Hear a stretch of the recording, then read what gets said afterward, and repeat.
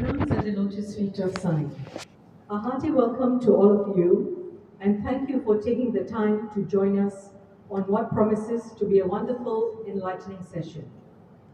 As most of us will recall, Swami always emphasized that the Bhagavad Gita is a living guide for selfless action, devotion, and understanding that we are the immortal Atma rather than the physical body. In particular, Swami pointed out that the commentary by Swami Chinmayananda, founder of the Chinmaya mission, as being the best explanation of the Gita there is. Swami Chinmayananda, of course, is well known for inspiring a revival of interest in the Hindu scriptures, and specifically the Bhagavad Gita, through his lectures and discourses around the world since the early 50s.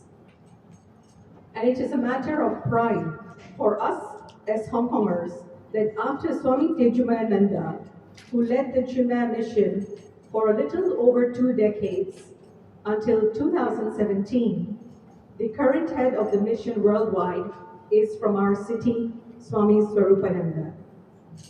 This year, the Chinmaya mission is celebrating its 75th anniversary. The Satya Sai Center of Hong Kong, therefore, takes this opportunity to congratulate them and wish them many more years of greater achievements.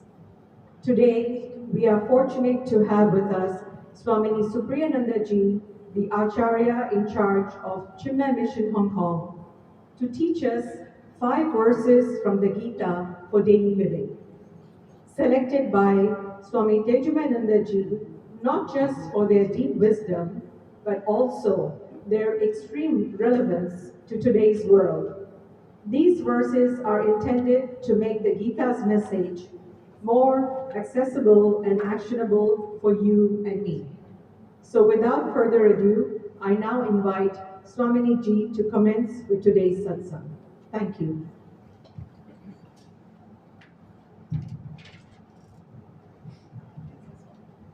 Yes. Can you all hear me? Yes. Yeah. Loud enough? Or does it need to be louder? Cannot hear, right? Better? This is better. Better. My voice is soft. What to do? Yeah. So I think the tune I use for opening prayers is slightly different to yours. Would you all like to lead? Just Sahana Bhavatu. 3 Oms and then Sahana Bhavatu.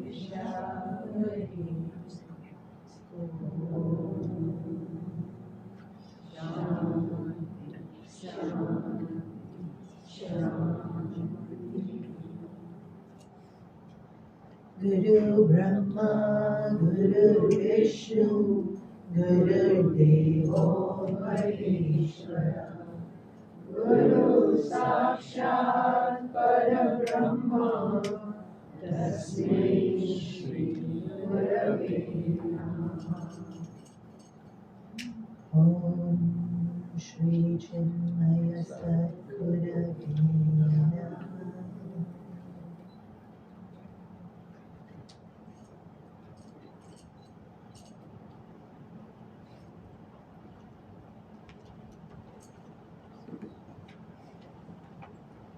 Hari Om.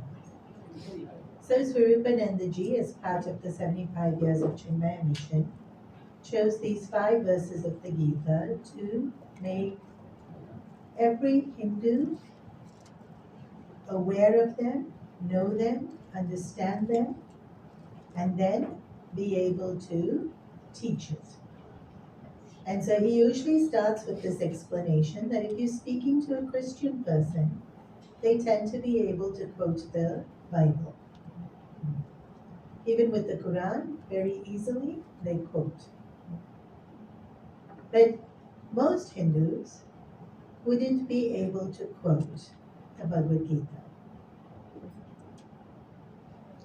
And the Gita being something that is so incredibly precious, given to us to help us navigate through our lives, we're not really able to use it to navigate our lives if we don't know it. And to study the entire Bhagavad Gita might be a bit daunting because it's 700 verses, 18 chapters. In fact, it's incredibly beautiful, and if you start, you'll realize it's not at all daunting, but it's so incredibly beautiful. But starting problems, no, always. Even like when you're in school and you're a student and you're thinking you can become accountant in 3 years, you can become engineer in 4 years, you have to become doctor after 8 years. 8 years. When something seems too big, then we just don't get around to do it. I've noticed even sometimes with cleaning projects in the ashram, I'll clean that later. We'll clean out the small drawers, we'll clean out, and then the big cupboard later. When it seems too big a task, we don't even start. And so to help us start, just these 5 verses were chosen. Now, I wouldn't say these are the most important 5 verses of the Gita, because everything Sri Krishna says is so incredibly beautiful, significant, deep. And also, at different points in our life, we need different tools. Depending on age, depending on stage of life, depending on circumstances. And so most important will depend on where I am in terms of my journey. But these 5 verses are very relatable. I wanted to say doable, but we don't always do what we can do. But if we did, then these 5 verses are doable.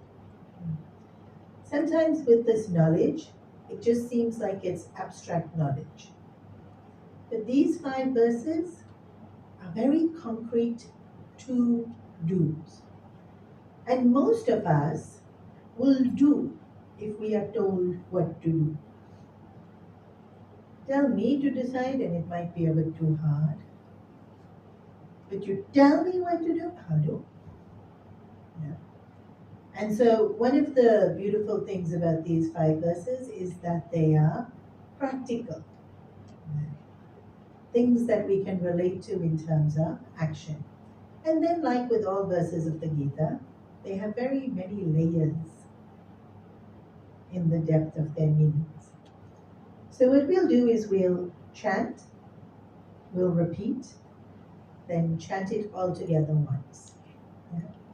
So ideally the first step in this endeavor of you learning the verses is for you to memorize it. So much so that now if anybody goes to meet Swamiji or Puja Guruji, he looks at them and says, do you know the 5 verses? Chant. It's become like test to go in front of him at the moment. It really has been. And then, we have these amazing Balviar kids who have learnt it like in 3 days and can chant it so happily, and then he's looking at you like, the 5-year-old is chanting it and you don't chanting it. Sometimes it's easier for the 5-year-old. Yeah. But the only way to memorize something is repetition. So we'll chant it, I'll chant it once, and since I already know it, you'll repeat after me twice. Yeah? Uttaretatmanatmanam. Atmanatmanam. Uttaretatmanatmanam. Uttaretatmanatmanam. Uttaretatmanatmanam. Uttaretatmanatmanam. So I'm doing once and you doing? Natmanam avasadaye. Natmanam avasadaye. Natmanam avasadaye. It's Atmanam, right? There's no end. Yeah. Atmanam avasadaye. Atmanam avasadaye. Atmanam avasadaye. Uttaretatmanatmanam. Uttaretatmanatmanam. Uttaretatmanatmanam. Atmanam avasadaye. Atmanam avasadaye. Atmanam avasadaye. Atmeva yatmano bandhuhu. Atmaivatmano bandhu. Atmaivatmano bandhu. It's too hard. Atmeva yat mano bandhuhu. Atmeva yatmano bandhuhu. Atmaivatmano bandhu. Atmaivatmane bandhu. Atmeva ripuratmanaha. Atmaiva ripuratmanaha. Atmaiva ripuratmanaha. Atmeva yatmano bandhuhu. Atmaivatmano bandhu. Atmaivatmano bandhu. Atmeva ripuratmanaha. Atmaiva ripuratmanaha. Atmaiva ripuratmanaha. Okay, so once me, once you. Uttaretatmanatmanam.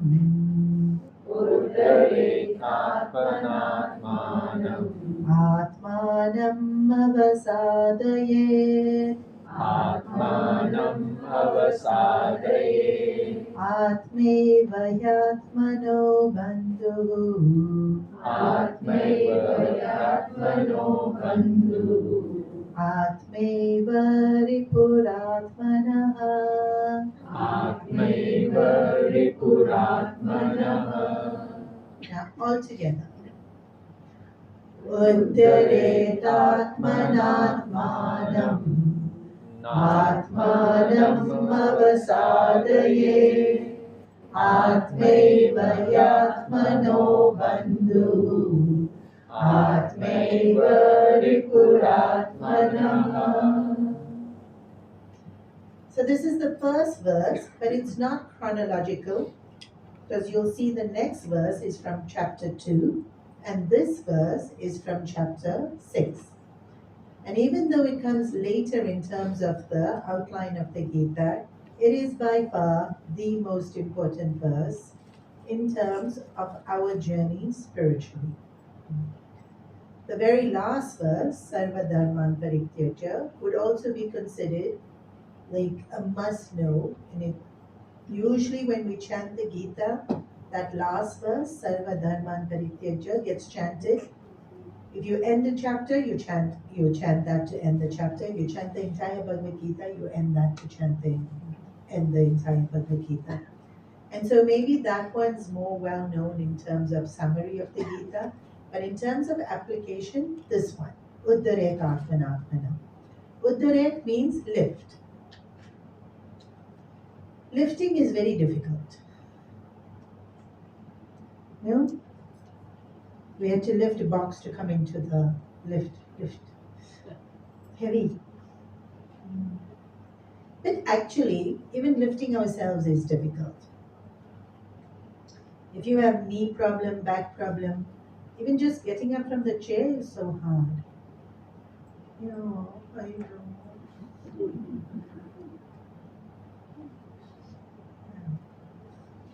And then in the gym, one of those hardest exercises is that pull-ups. Wow. Can you do? Very hard, right? You'll manage sit-up. All of us will manage sit-up. You'll manage even push-up. Little harder. But this lifting yourself up is like so difficult. When we were young, we could do it. It's difficult physically, and in terms of the Gita, it's talking about lifting ourselves, number one, from using baser instincts to higher thinking. Another way to say it, desire prompted thinking to dharmic orientated thinking. So what is desire prompted thinking? Very easy to know what your desire prompted thinking is. If I take your phone and go to your Instagram, I'll know immediately all your desires. Because that's what we look at. Whether it be dancing or clothes or recipes. I looked at 2-3 recipes once because I thought, oh, so interesting. Now my whole feed, recipe. In Hindi, in English, in Gujarati. Instagram is very good at catching desires. So desire prompted thinking. Then Instagram won't tell you only all your desires. The rest of your desires will be all the things we gossip about with our friends. Also, desire-based thinking. And then, this one you're not going to like. So take deep breath, breathe out. All this, my wife, my kid, my husband, my parents, my desire-based thinking. I know you all don't like me for saying it, but it's desire-based thinking only. Because usually we want them to do what we want them to do. So, from desire-based thinking to lift. Lift thinking up, out of desire, into truth. I'll give you a very simple example, and actually I don't have too much time to give you all examples, but something like, I'm enjoying gossiping. Okay, I'm enjoying gossiping about, what should I be? Donald Trump, very good.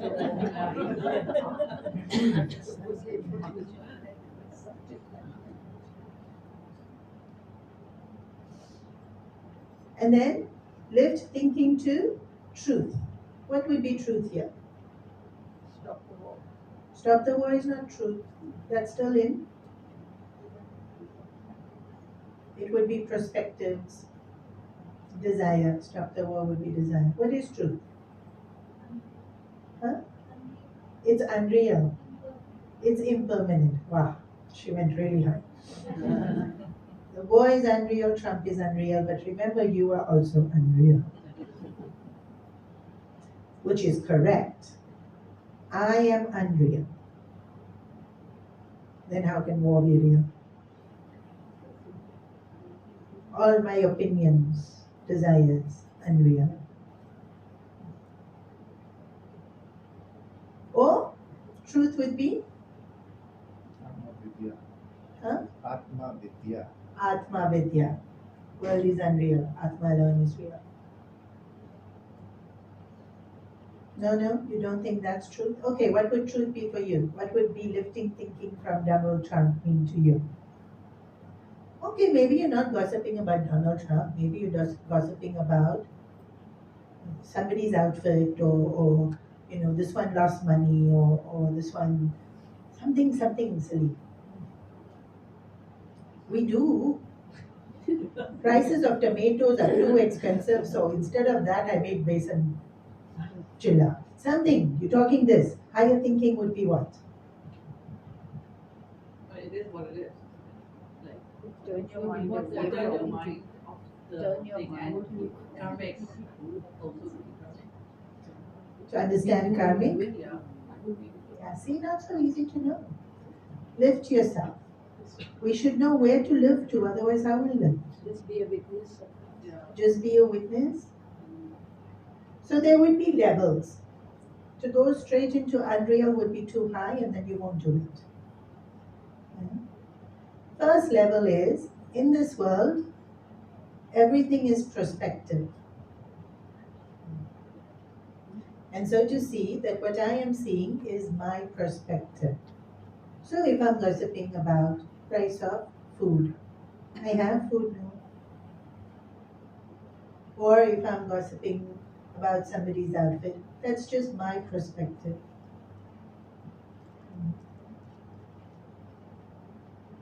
It's not truth. Whatever it is I'm thinking is just one point of view. I'm not even saying it's changing.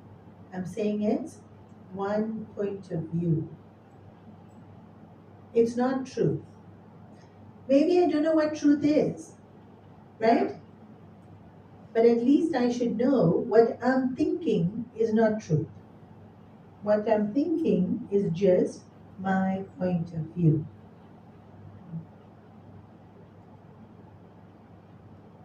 Then lift thinking further. I have choice. Keep thinking this or change. I have choice. No, I might keep thinking it. I'm not saying change is always the right choice.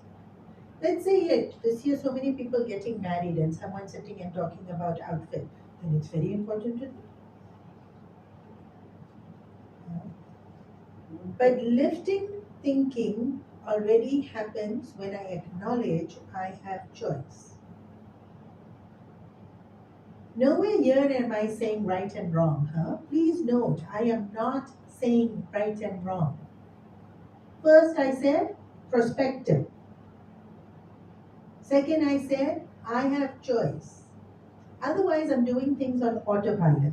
Autopilot is lower thinking. Making choice is higher thinking.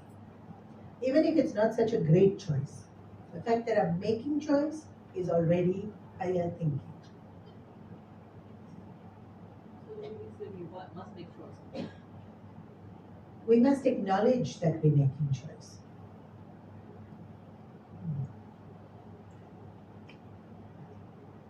Then, higher thinking. We think with intellect versus mind.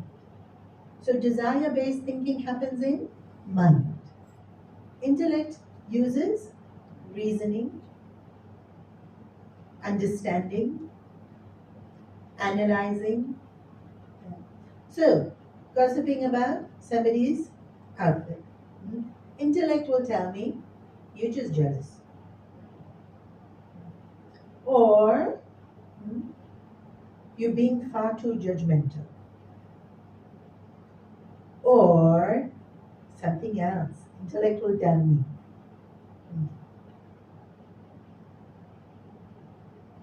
you're too conjuice. You spend too much. You're giving it too much importance. Because we listen, right? We know in our own heads. But sometimes when we're so much in mind, we're not listening to intellect.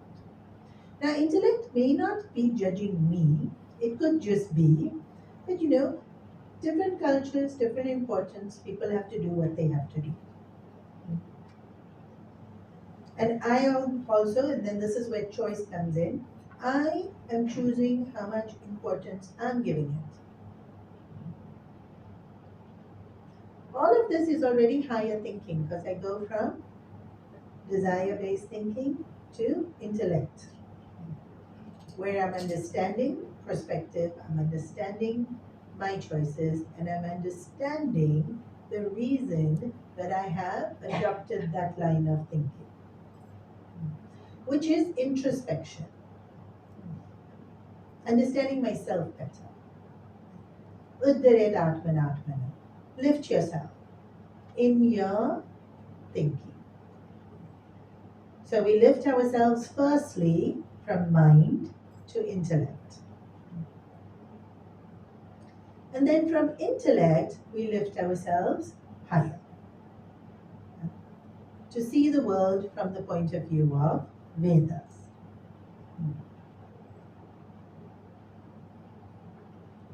So how would the Vedas see the world? That everything is just reflection of Bhagwan. Or none of it's real. Either one. Either we see everything as divine or none of it as divine. And harder to go all the way there. So we go stepping stone. Uddaret Atmanatmanam is also incredibly important, and the reason it's been chosen as the first verse is because far too often in today's world we suffer from low self-esteem. If you do a Google search, 80% of the world's population has low self-esteem. What is low self-esteem? The feeling of, I am not good enough. I'm not smart enough, I'm not pretty enough, I'm not organized enough, I'm not strong enough, I'm not dynamic enough, I'm not funny enough, I'm not, choose something, tall enough, thin enough, educated enough, cultured enough, fashionable enough. So many criteria for our enough. Swami Vivekananda said, this kind of thinking is sin. Sin.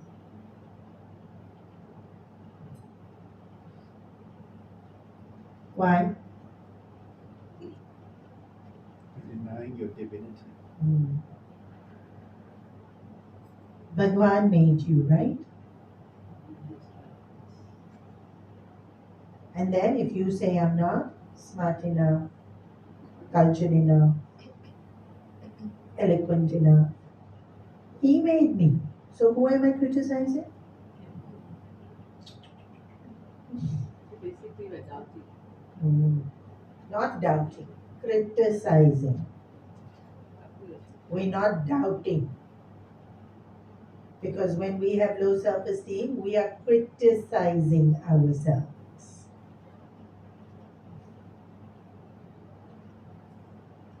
Because we won't say I'm not smart enough. We'll say I'm dumb. I'm so stupid. Can't believe I did that. We're criticizing. Lift yourself.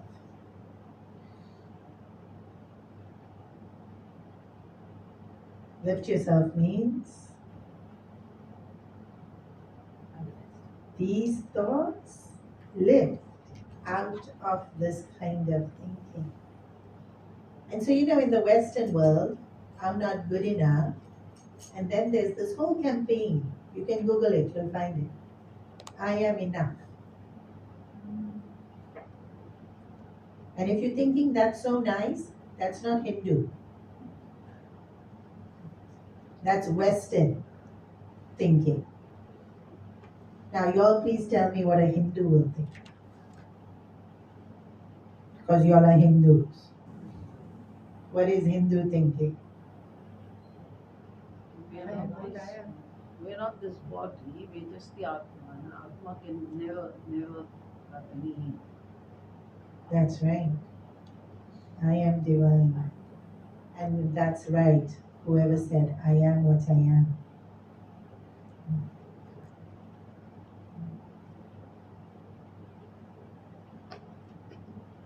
We wouldn't just say I'm enough. That's too little. I'm infinite. I'm incredibly capable.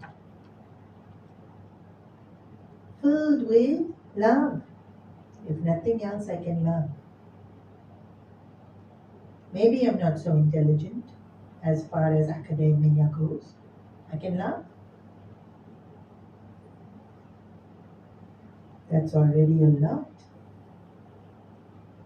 That's the most beautiful thing. Lift yourself out of this unnecessary tendency in us to pull ourselves down. And so the rest of the word says, Na atma avasadayet. Never put yourself down. Never. The word never is used. Well, the word don't is used. No. Atma avasadayet. Do not put yourself down. Can you imagine? 5,000 years ago, Krishna, standing in Kurukshetra, is telling every single one of you, do not put yourself down. In that many words. I'm not paraphrasing. I'm not giving you interpretation. This is direct translation. Do not put yourself down. If you cannot lift yourself, at least do not put yourself down. But lift yourself. First and foremost by not putting yourself down. Atmeva hyatmano bandhuhu. You are your own best friend. And you are your own worst enemy. Bandhuhu is friend. Ripura is enemy. Atmeva hyatmana bandhu. I am my own best friend. Atmeva, Atma, me, Ripuratmanaha, my own enemy. Before anyone else is mean to you, we are mean to ourselves. Before anyone else is good to us, we are good to ourselves. Now we have very different way of thinking about this. You know, we did a self-love challenge last year. Yeah. Every year now we try and start the year with something positive. And so I googled self-love challenges. And in Western self-love challenges, what did they say? Have a spa treatment day. Why? Because you need to nurture yourself and love yourself. All of you are like, yeah, I want spa treatment day.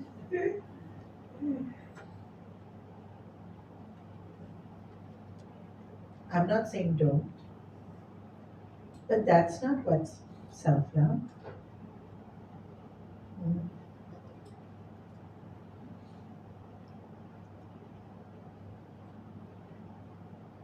What's self-love?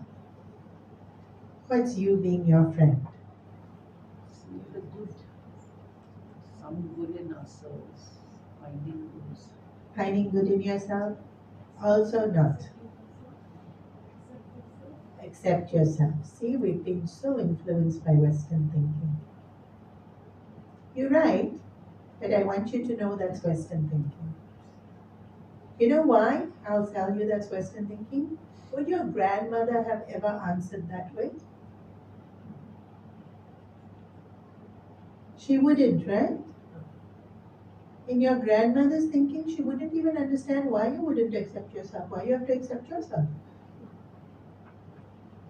What is wrong with you? That's what your grandmother would have said, right? So if you are saying accept yourself is loving yourself, please know that's Western thinking. I'm still waiting for an example of how you are your best friend and what is self-love. Please remember you have to give me Hindu answers. Sugar. Shukar is nice. Yes. You are a good friend to yourself when you have gratitude. It's not the first one, I would say, but yes. Okay, I don't have time. You'll have to answer fast. So Yours I actually would, No. You are being your best friend. Why I should give you clue? Correct? I have to give you clue of how you are your best friend? Because again, you're telling us about we're using the Western words. Y'all are thinking Western, I'm just pointing out when y'all are being Western. When you know yourself. Because these days we are doing a lot of affirmations. Yes, So y'all are that's doing also lots of affirmations. Western. Please chant Gita verses instead of doing affirmations. This knowledge is so precious. I cannot tell y'all how much deeper it goes. It's like y'all are having diamonds. Oh, now it's all lab diamonds. It's like you are having gold and you leaving it and you are running after dust. so I would focus on two. The Lord resides in me, The Lord resides in me. and ultimately, as Swami would say, I am God. I'm not different from God. It won't help you on your everyday things. Okay, I'm going to tell you all because time is running out, but really I would have preferred you all to figure this out. No, don't believe in yourself. Believe in Bhagwan, please. Discipline.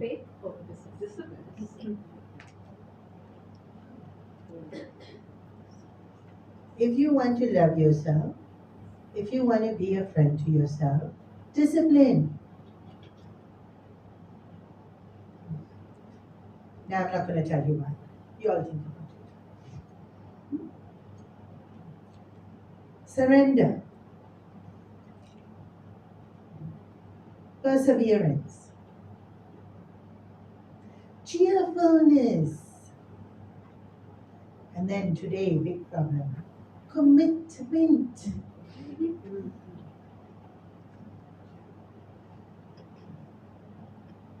It's got nothing to do with spa treatment. Feeling good does not equal loving yourself. But when you discipline, that feeling good is loving yourself. The other feeling good is desire. Shallow. I didn't say temporary. It's shallow. It's not deep. Therefore, it cannot be fulfilling. But when we discipline, and we know, we've all experienced it, it's deep. Then you're not feeling good about yourself, you're just good. Feelings come and go. Just be. This is only one verse. Uddaret Atmanatmanam. Lift yourself by yourself. First one was from mind thinking to intellect thinking. And then specific importance I gave to lift ourselves out of self-criticism and low self-esteem, because na atma avasadayet is actually saying that. Become a friend to yourself by cultivating virtues.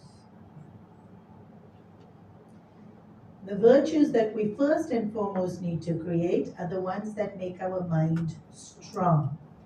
Thank you. Discipline makes our mind strong. Then the virtues we need to create is the ones that make our mind pure. Everything y'all said focused on pure mind. But if you have a pure mind without a strong mind, you're not efficient. You can't fight with Trump.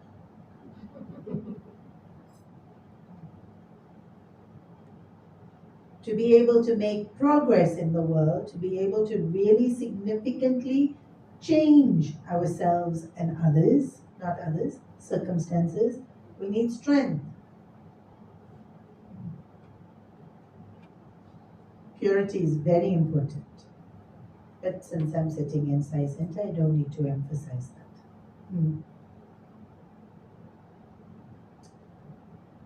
Make yourself a friend. And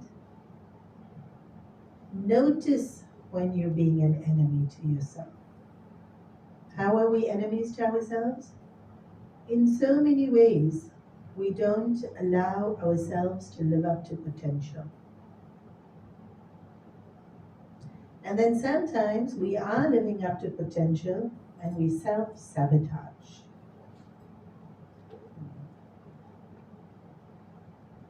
We're being an enemy. When we make excuses for ourselves, we're being enemy. When we blame the world for our problems, we being our own enemy. Because it's giving away our power. Be a friend to yourself. Keep power. Use it well. Conquer. Overcome. Just this one verse of the Gita, if you use instead of affirmation, thinking changes. What should I be doing right now? Lift. There was that song no long time ago.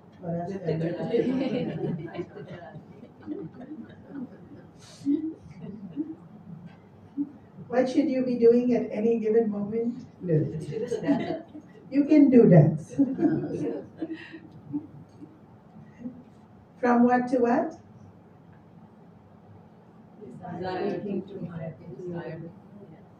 Mind to intellect. Desire-based thinking to truth. Yes. What is truth? Lift from low self-esteem. And lift from enemy to friend. That's why this is the first verse. To learn to chant it, to know what it means. I've given you just very short, There's much more on this verse. Then to be able to use it. So the idea is these verses are learned, they understood, and then when you need to make a decision in your life, you use this as your guide. So we'll chant it one more time. Lead and follow. Uttaretatmanatmanam. Uttaretatmanatmanam. Atmanam avasadaye. Atmanam avasadaye. Atmeva yatmano bandhuhu. Atmeva yatmano bandhu. Atmeva ripuratmanaha. Atmeva ripuratmanaha. All together. Uttaretatmanatmanam. Atmanam avasadaye. Atmeva yatmano bandhu. Atmeva ripuratmanaha. So Uttaretatmanatmana, lift yourself by yourself. Na atma avasadaye, don't put yourself down. Atmeva yatmano bandhu, you are your own best friend. Atmeva hipuratmanaha, you are your own worst enemy. And so it's very clear.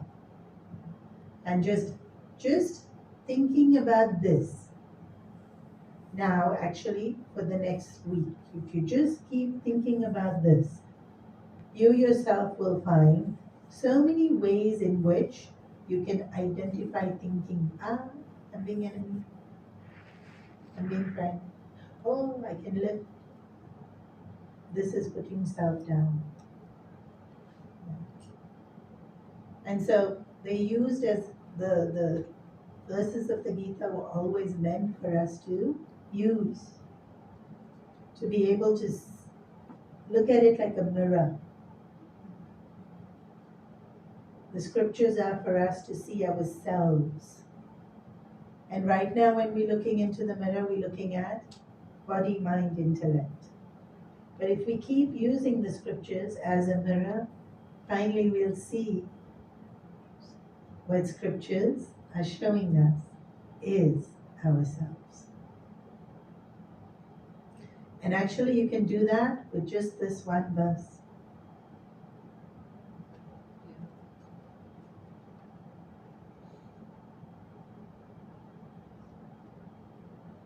And so that's why this is the first verse given, and that's why it's given this importance of, if you don't even get to learn the other four, learn this one.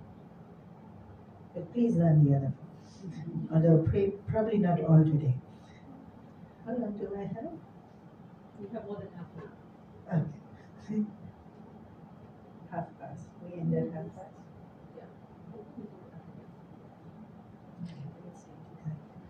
So we'll do the next verse because I want to give you all a taste of all of them.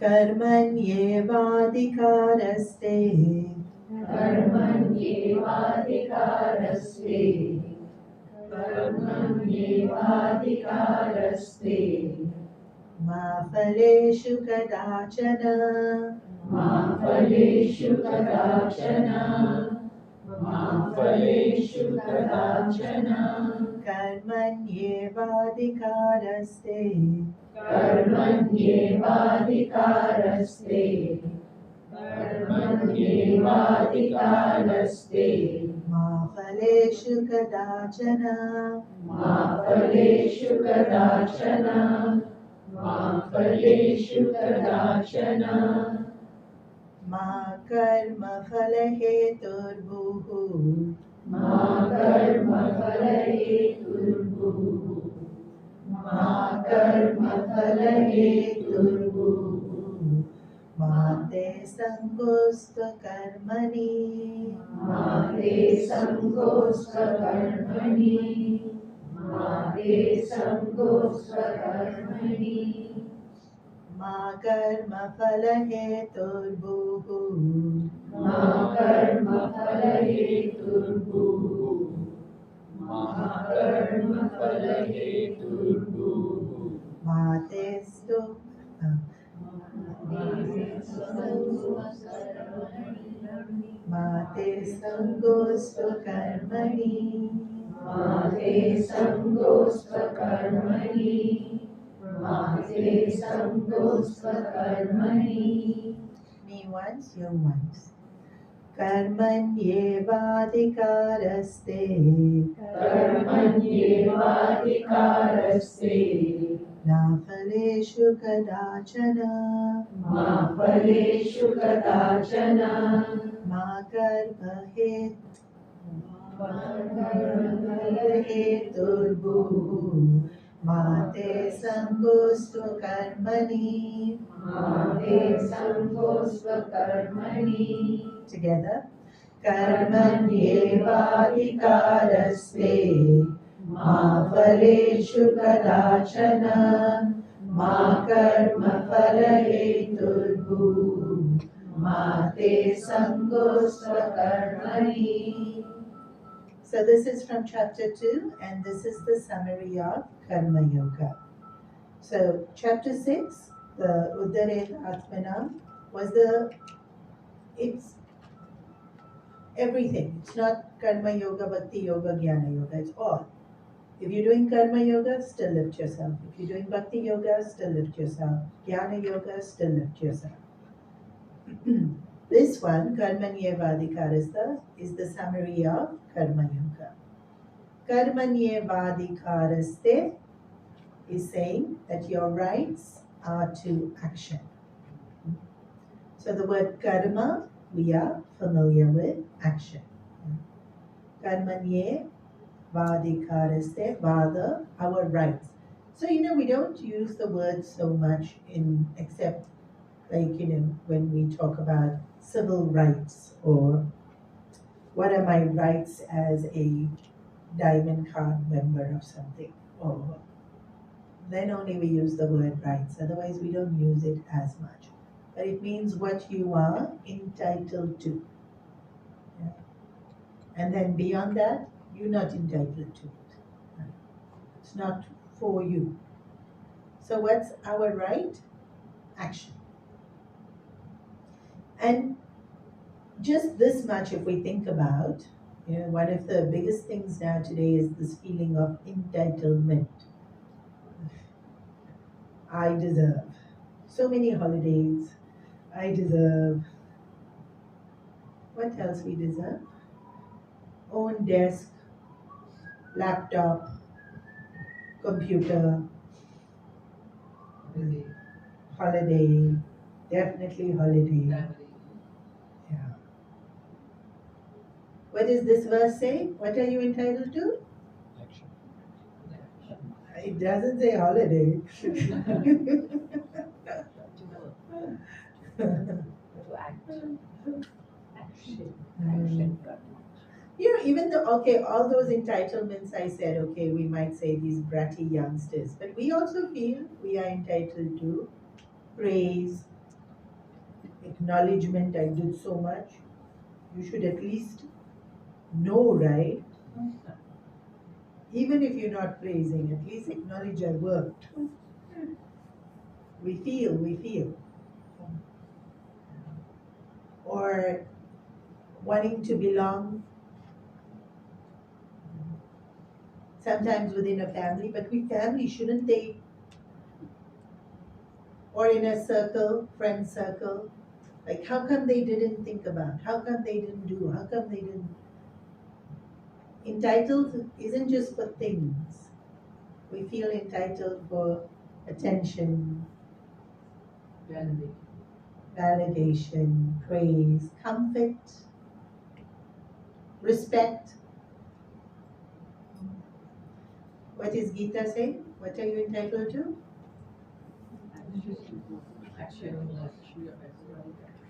None of that, huh? In fact, all those things I mentioned comes in the next verse. Ma karma phala heturhu. Praise is phala. Phala means the consequence, the reaction, the outcome of the action. Even validation, even recognition, even respect, even sense of belonging, all of that belongs to phala. What are we entitled to?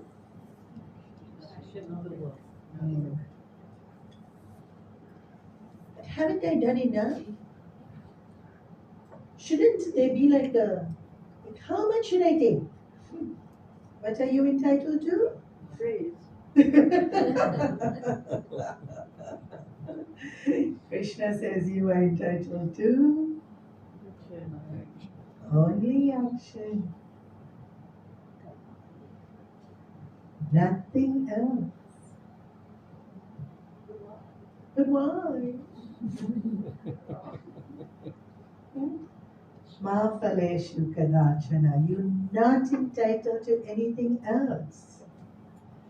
Literal translation, you are not entitled to the outcome. only to the actions. You know when I said lift yourself from desire-based thinking to truth.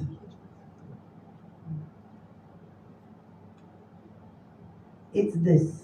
This is one of the lifts. I want holiday. I want to just have one day to myself. I want some peace and quiet. I want. Not asking much. Just sleep half an hour extra.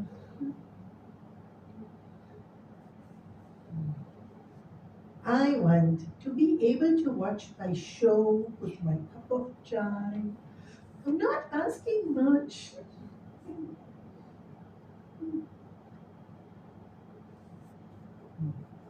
Desire-based thinking. So harsh, no? You can have your cup of chai. But truth is, the only thing you're entitled to is making the chai. Then if you get to enjoy it, bonus. Because Krishna is very clear here. The only thing that's in our hands is action.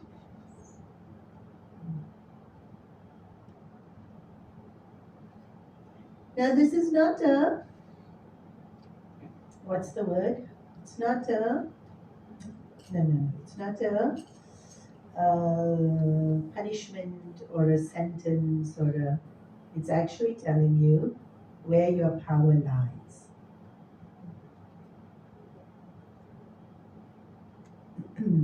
So if we focus on the fruits, the consequence of the action, getting all those things we want, that's not where our power lies. So even if you think about somebody applying for a job and then getting the job, where's the power? In getting the job? In the applying? In the ability to be able to get. See the difference? No. I have a fight with you. Karma. Fala, you don't talk to me. Where's my power?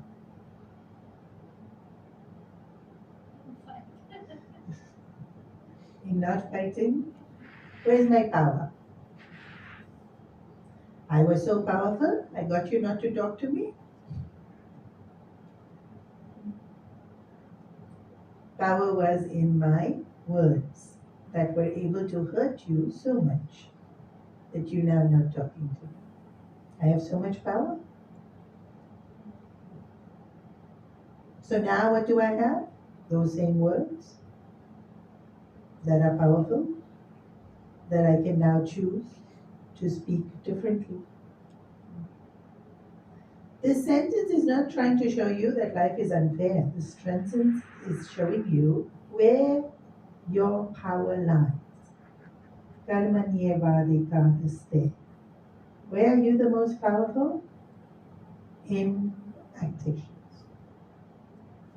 And after acting, you're no longer powerful.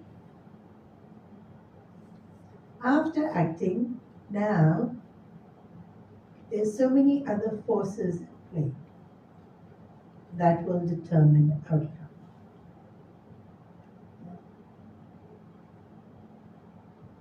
They were people that did everything right, and then COVID hit and they didn't get to go or do whatever it is.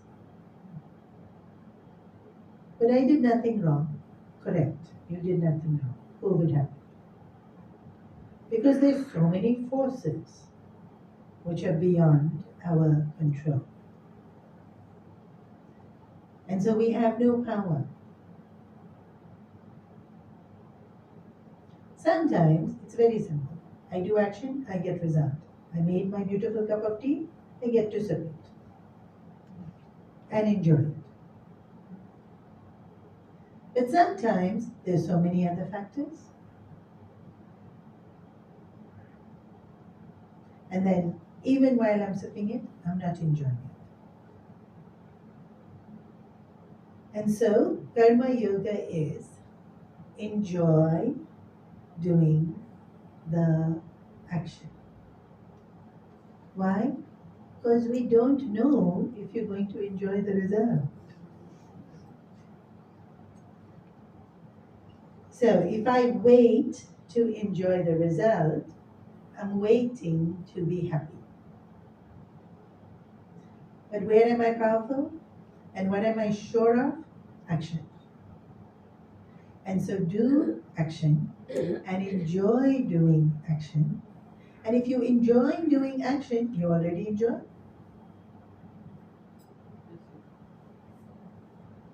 So then doesn't matter what the result is. If the result is what you wanted, enjoy more. And if the result isn't what you wanted, at least you enjoy the action. This verse is telling you how to make your life easier by understanding where your power lies. Can I just share something? Sure. This fruit of actions and the expectations and desires for a certain fruit, it has been said that that is actually bondage. Yeah. Because now you become very dependent. Yeah. Your peace of mind, etc., become dependent on that. Yeah. That's how karma binds us. Correct. Yeah. In this verse doesn't quite refer to the bondage. What's the next bit? Ma karma phala.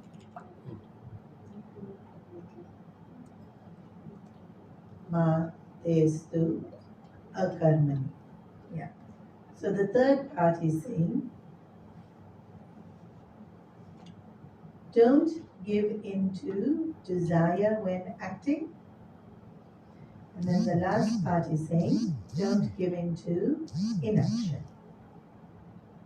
Is that right?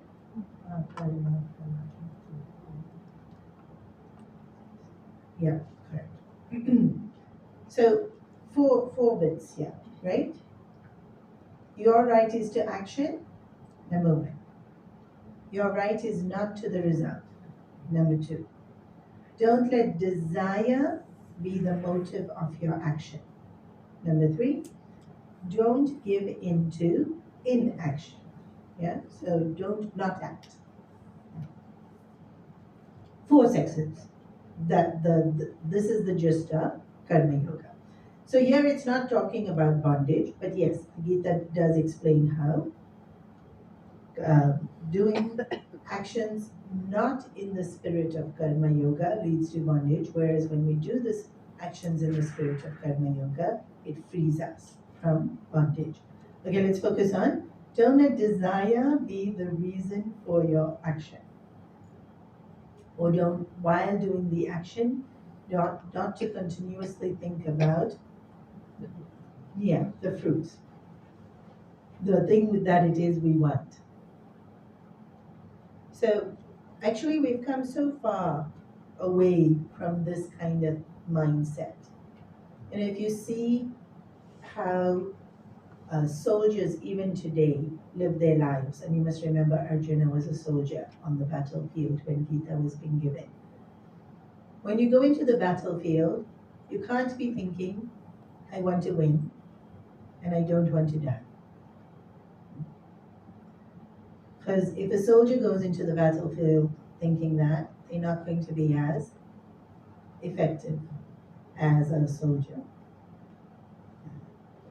As a soldier, in fact, so many points in the Gita where Arjuna even says, dying in battle is a great honor.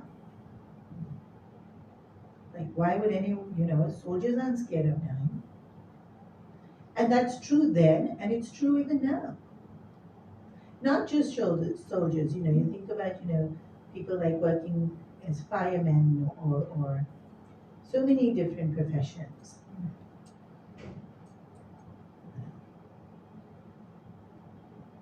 Think of this mindset where what I do is more important than me staying alive.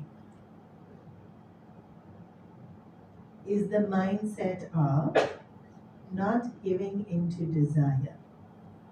Now, fortunately, what we have to do is not endangering our lives.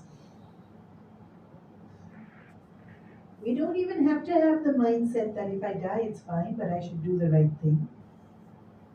But we should have the mindset of, I should do the right thing.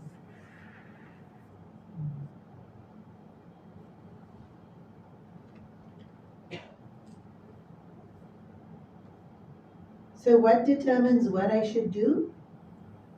Mostly in our lives, it's what I want. What is Gita saying? What should be done?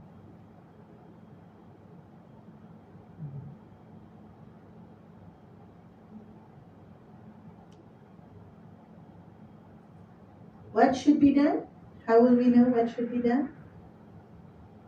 Whatever would be for the greater good.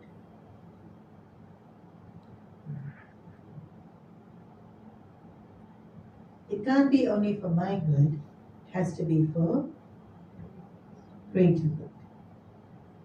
Sometimes what's for the greater good may not be what I want. Sometimes it may not be my good.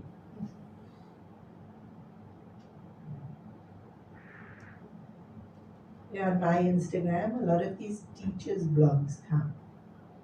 I follow a lot of teachers on teaching techniques or classroom games, classroom keeping order in the class. So lots of that comes. And there's so many jokes about how the teacher just wants 2 minutes to eat her lunch. And then some kid is crying. And then the lunch doesn't get eaten and they're sitting with the kid.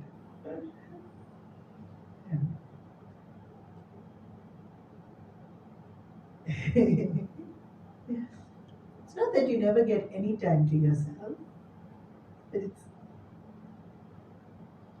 what needs to be done over what I want to do. Sometimes they match, sometimes they don't match. What Krishna is saying, when they don't match, do what needs to be done.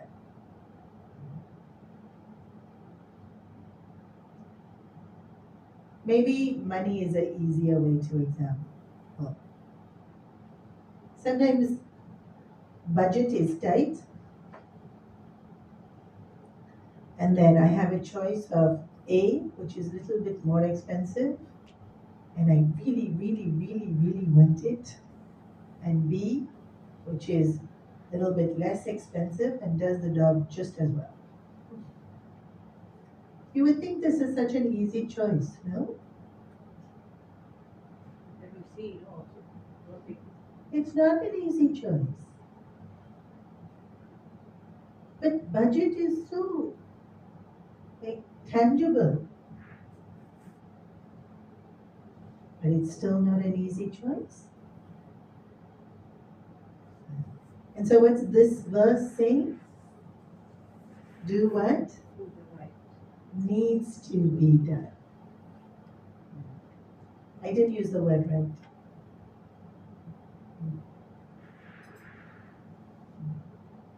You will notice I very rarely use the word right or wrong. Because Gita doesn't use it. The line is, I have to say the whole thing to remember.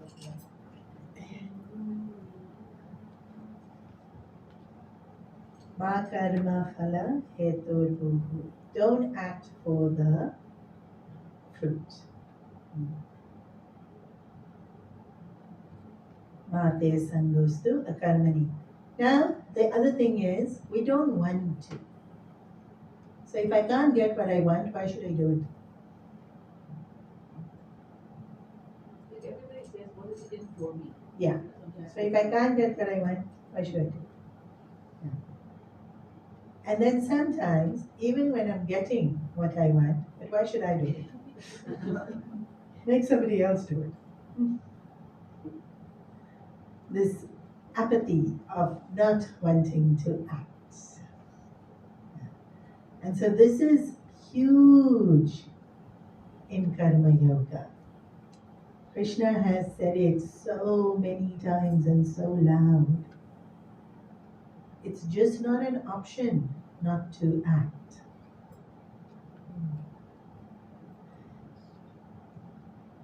Unfortunately, we don't understand that it's because it's what's saving us. Acting is what's saving us. When we stop acting, then our mind spirals into tamas.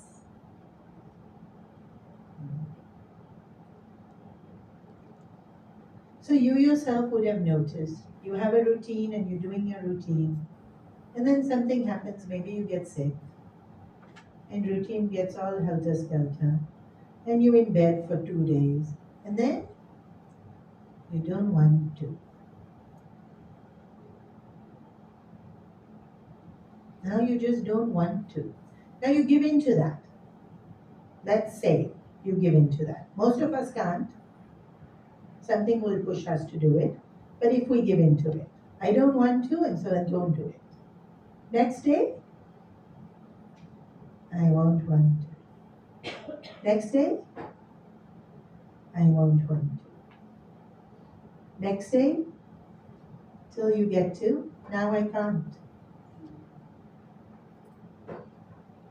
Because if we don't use it, we will absolutely lose it.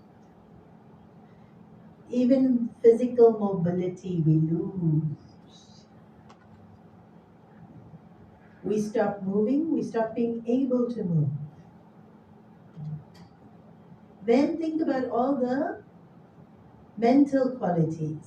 I can problem solve, I stop using it, I lose it. I can be patient, I can tolerate, I can adjust, I stop using it, I lose it.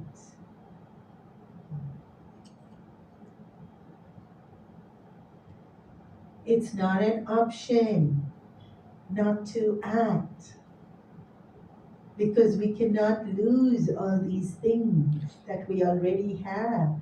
In fact, we should be lifting ourselves, not falling down and losing all the capacities that we already have. In fact, if we're patient, we should be becoming more patient, not losing the patience. If we're adjusting and tolerating, we should become more adjusting.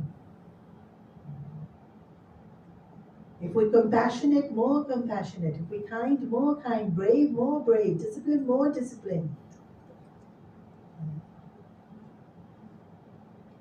Not acting is not an option because one will fall into tamas. Tamas itself is very, very, very crippling. It makes me numb. Whenever we go into tamas, we stop caring. But it's not a stop caring that's a nice, healthy, outgrowing, detached. It's a very tamasic, I don't care. It's a very spiteful, insensitive not caring. And all of us slip into every now and then. Sometimes we're so tired and we're so frustrated and we're so disillusioned with the world and we think, I don't care. Let them all go.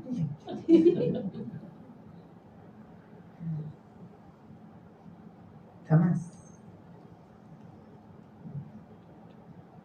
The I don't care of tamas has this movement of force where it pushes people away. And then if we do, if we actually do push people away, we lonely.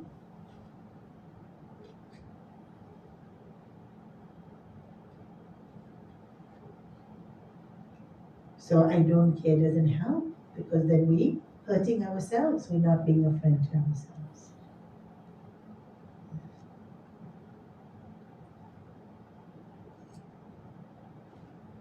My right is in action. So I should be doing actions. Which action should I be doing? What needs to be done. If what needs to be done is already done, then you can do desires within the limits of Dharma. So if you say, I can never do what I want, please do what you want. After doing what had to be done. Just like how we tell the kids, finish your homework, then can go play. So nicely we'll tell the kids that. We should tell ourselves, finish your homework. What's your homework? Krishna gave, lift yourself by yourself, be your friend. Then after you finish that, go play.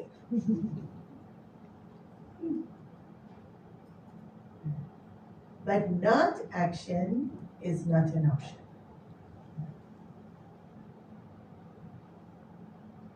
So, to make sure we stay engaged in action. The next two verses are from chapter 9 and are the essence of Bhakti Yoga. I'll get you to chant that at least. I don't think we're going to be able to go too deep into the meaning, but we can do the gist of it. Yat karoshi yadashnasi Yat karoshi yadashnasi. Yat Karoshi yadashnasi. Yat juhosi dadasi yat Yat joshi dadasi yat. Yat joshi dadasi yat. Yat tapasyasi kaunteya Yat tapasyasi kaunteya. Yat tapasyasi kaunteya. Tat kurushva madarpanam Tat kurushva darpanam. Tat kurushva darpanam. Yat karoshi yadashnasi Yat karoshi yadashnasi. Yat juhosi dadasi yat Yat joshi dadasi yat. Yat tapasyasi kaunteya Yat tapasyasi kaunteya. Tat kurushva madarpanam Tat kurushva darpanam. Together. Yat karoshi yadashnasi Yat juhosi dadasi yat Yat tapasyasi kaunteya Tat kurushva madarpanam. So, yadashnasi, yat karoshi is whatever you do. Yat ashnasi is whatever you eat. Yat juhosi, whatever we offer, like in pujas. Dadasi yat, or whatever we do as a sacrifice. So today our puja and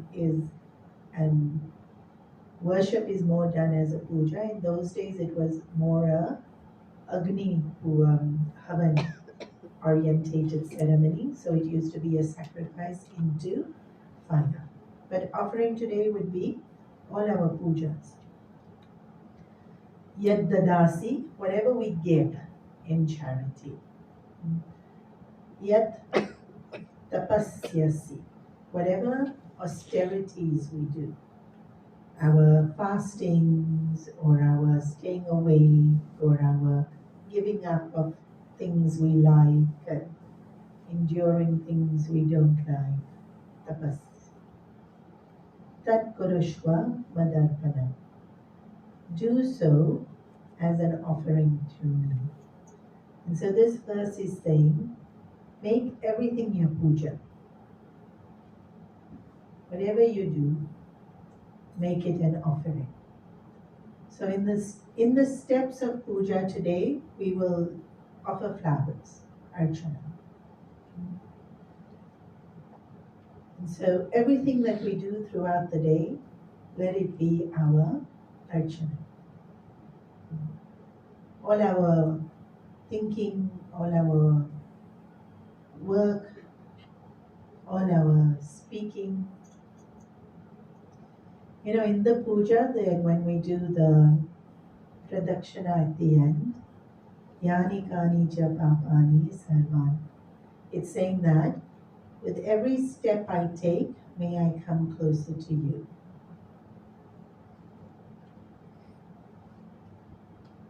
And with every step I take, may I walk away from sin.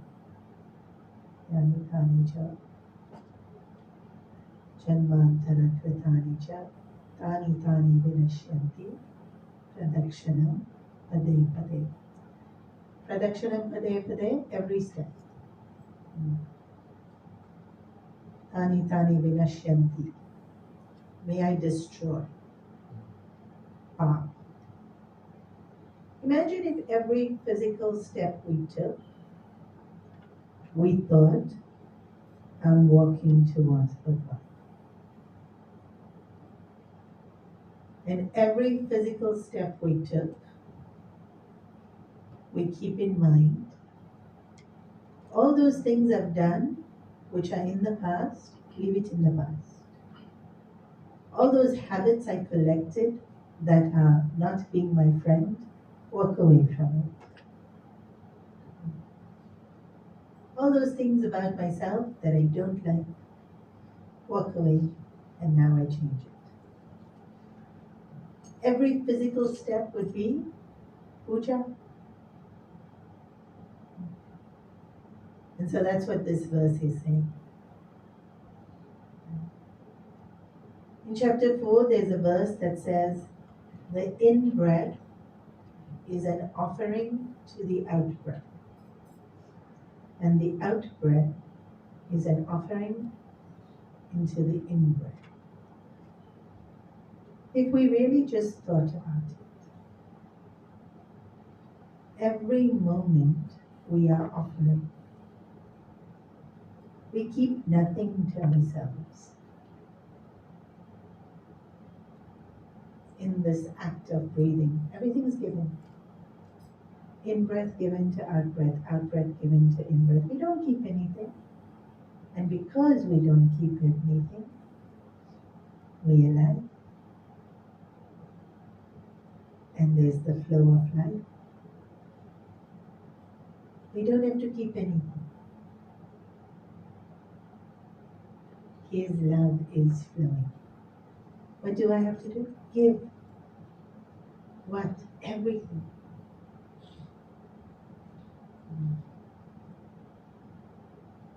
Let every action be for Him.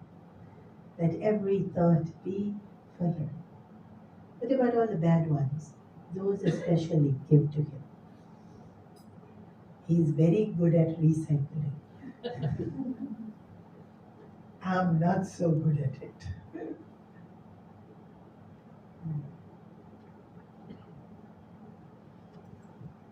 Ananyas chintayanto mam. Ananyas chintayanto mam.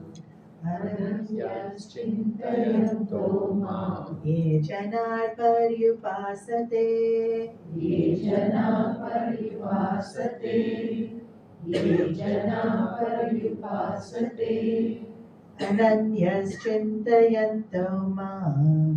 Ananyas chintayanto mam. Ananyas chintayanto mam. Ye janar paryupasate. Ye jana paripasate. Ye jana paripasate. Tesham nityabhiyuktanam.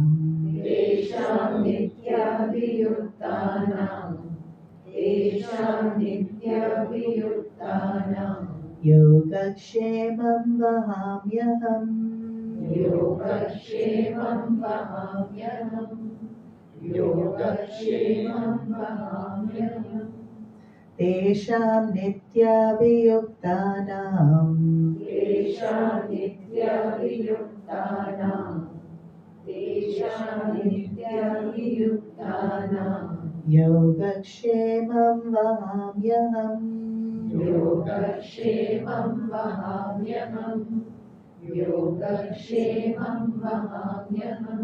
Ananyas chintayanto mam. Ananyas chintayanto mam. Ye janar paryupasate. Ye jana paripasate. Tesham nityabhiyuktanam. Tesham nityabhiyuktanam. Yogakshemam vahamyaham. Yogakshemam vahamyaham. Together. Ananyas chintayanto mam ye jana parivasate tesham nityabhiyuktanam yogakshemam vahamyaham. So as I mentioned, we're popularizing these 5 verses. And so I was doing a satsang in Tumchung and I said, do you all know any of the verses of the Gita? And everyone shook their head. And I said, not even one? Can anyone here chant one verse of the Gita? And nobody could chant one verse of the Gita. So I started explaining these 5 verses. And so we did Udaretatmanatmanam, we did Karmanyavadhikaraste, we did Yatkaroshi Yadashnasi. And then I said, Ananyaschin. And they chanted the whole verse. They knew it. I said, but when I said, if you all know any verses of the Gita? No, that we know. So some of you might know this verse. It's one of the very, very, very popular ones. Why? Because Krishna's promising. What? He will look after you. Yoga Kshemam Vahamyaham. I will take care of whatever it is you need to acquire and whatever it is you need to maintain. So your house you need to look after, don't worry, he's looking after. You need to get something, he'll get it for you. Relax, relax, relax. But you said I should work? Most definitely you should work. What should I do? Ananyas chintayanto mam. So he will look after you. But there's a big but. Actually, there's no but he does look after him. What it is that we have to do? Ananyas chintayanto mam. Ananya, no otherness in my thinking. Only Krishna. If I'm thinking Krishna Pakora, Krishna Ferrari, Krishna best friend, Krishna child, why best friend? Child. Yeah. Krishna, I have to go supermarket, Krishna. Then that's not Ananya. Ananya has to be Krishna, Krishna, Krishna, Krishna, Krishna, Krishna, Krishna. But of course we have to think other things. Here it means my goal. The goal I want to reach is single-pointedly Krishna. In order to function, other thoughts will come. But the love is Krishna and Krishna first. And then, Tesham Nitya Viyuktanam. 2 things we have to do. First one was, think of Krishna. Alone. Not Krishna also. No.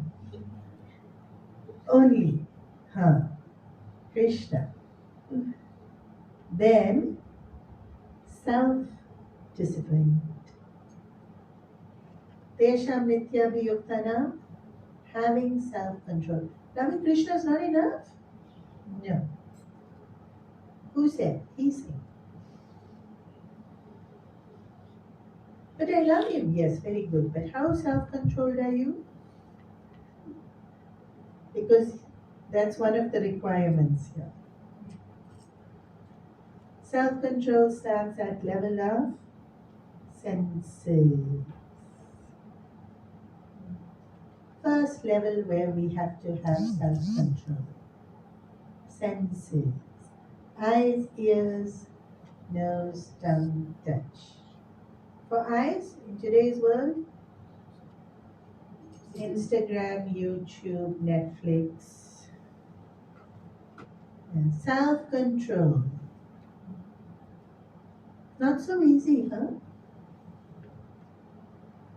Then some of the kids, well, they're not kids anymore. There's an app that will switch off your Instagram after whatever time you set it at. So they will set. So they're telling me, after 30 minutes, the app switches off my Instagram. I'm like, 30 minutes? They're like, yeah, you need at least that long. Need, huh? At least that long. Okay, then what happens? Then I know how to override the app. Self-control. Ears, again. But more ears is what we listen to.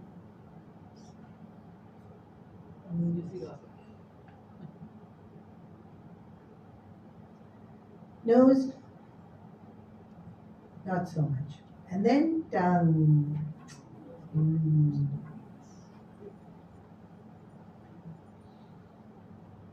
And touch. Touch is a huge one. Self-control at the level of senses. Then self-control at the level of mind. Then self-control at level of intellect. What is self-control at level of intellect? All our pride and arrogance, all our judgments.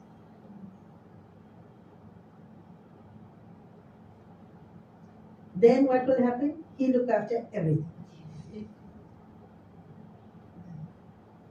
He will literally take care of everything. There's so many stories of great Mahatmas where literally Krishna has turned up with all the groceries because they are too busy writing commentary and didn't get time to even go and buy their food. You might have heard this story, it's very cute, but I don't think there's enough time. Oh, there isn't.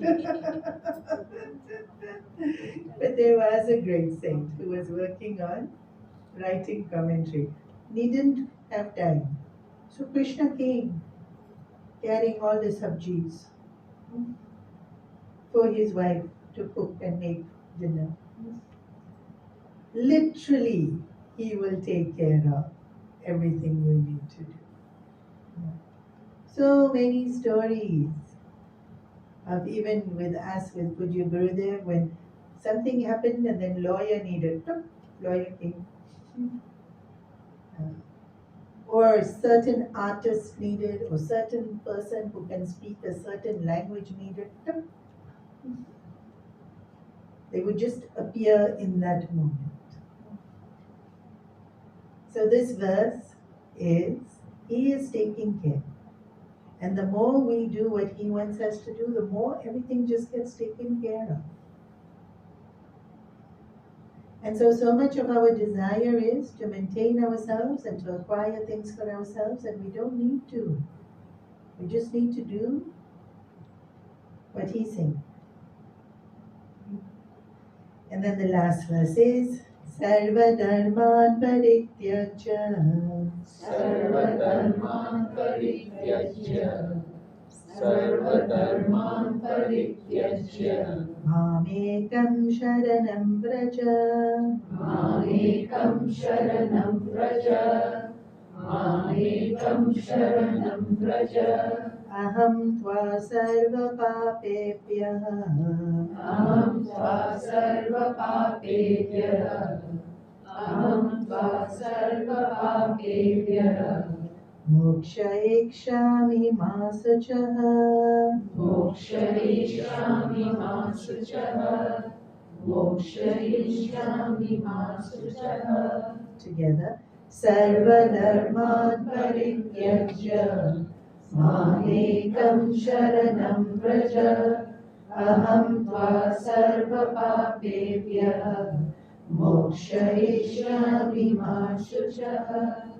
In the previous verse, he has said he will look after whatever it is we need to acquire.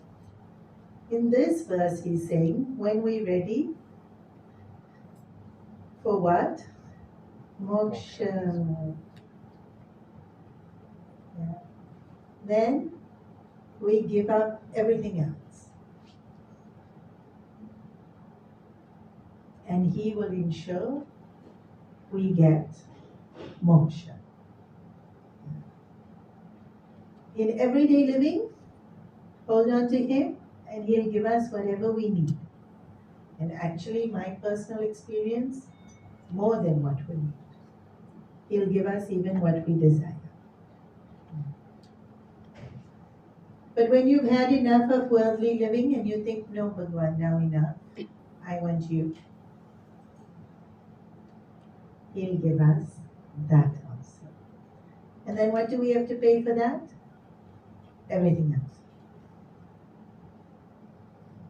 Sarva dharma parityajya. Every single attachment.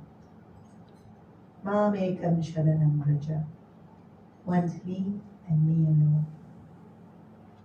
Aham tva sarva papebhya. In that desire, all sins are destroyed. Moksha ikshami pasachaha. Don't worry. This is a beautiful, in fact in the Gita so many times Krishna says, don't worry, masachaha. I got you. From the very first chapter, Krishna only talks in second chapter. From the second chapter onwards, he says this, masachaha, don't worry. And this verse also he says, grieve not. You will get. And so actually Gita is beautiful because it tells you if you want this, this is what you have to do. It's like cost. If you want Prada, Gucci, it costs this much. Earn that much money and you can get it. Spiritually also. You want him to look after you, cost is this. You want moksha, cost is this. It's very simple. Why are you complaining? Super clear he has made it. What do you have right to? If you do this action, he is giving you.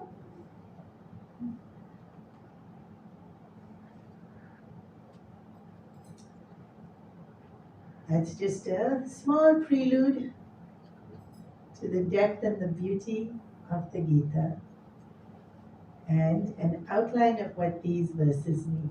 And so, it would be wonderful if you all could regularly chant these verses so that they can become memorized and second nature to you. Meaning we can keep exploring. But step one is to chant, learn.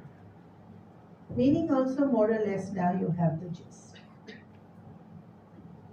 The more you reflect on it, the more the verses themselves reveal themselves to you. Thank you so much Can I ask a question? for giving me this opportunity of coming and sharing this with you. I totally understand if you have to leave, because I have taken a few minutes extra, and then we'll finish it and then you can ask. Sairam, our heartfelt thanks, Swamini for your guidance on how to recite and apply some very fundamental and powerful verses from the Bhagavad Gita. I'm sure I speak on behalf of everyone here when I say that it has been a very uplifting experience and we deeply appreciate your visit. The detailed and very practical manner in which you explain the meaning behind each verse has not only enhanced our understanding of the essence of the Gita, but also brought us closer to our faith.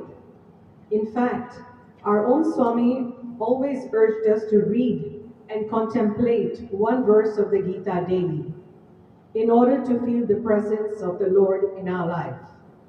Accordingly, he also stressed that such reading must be assimilated and practiced in our day-to-day existence for it to be a complete and true sadhana that can bear fruit. So it is now left to us to contemplate further on what we have learned today and to try to put such learning into practice. After all, even though divine grace is always available to everyone, everywhere, to receive it and experience it requires self-effort. Swamini, I feel confident that the verses you expounded can guide us in our daily actions and decisions, and thus continue to enrich our lives in a more meaningful way. For that, thank you very much again. And I'd also like to tell all of you, in the card you will notice that there is a QR code. You can scan it and learn the verses and the recitation from there as well. It's in the card, a very tiny circle there.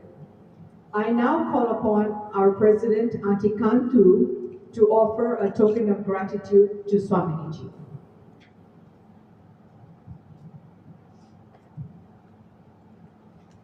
Thank you.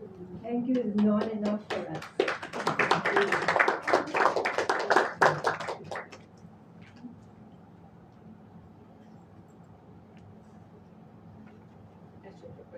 Yes, your question. Yeah. So the booklet says 5 shlokas, 1 essence. The 1 essence in your words. Upliftment.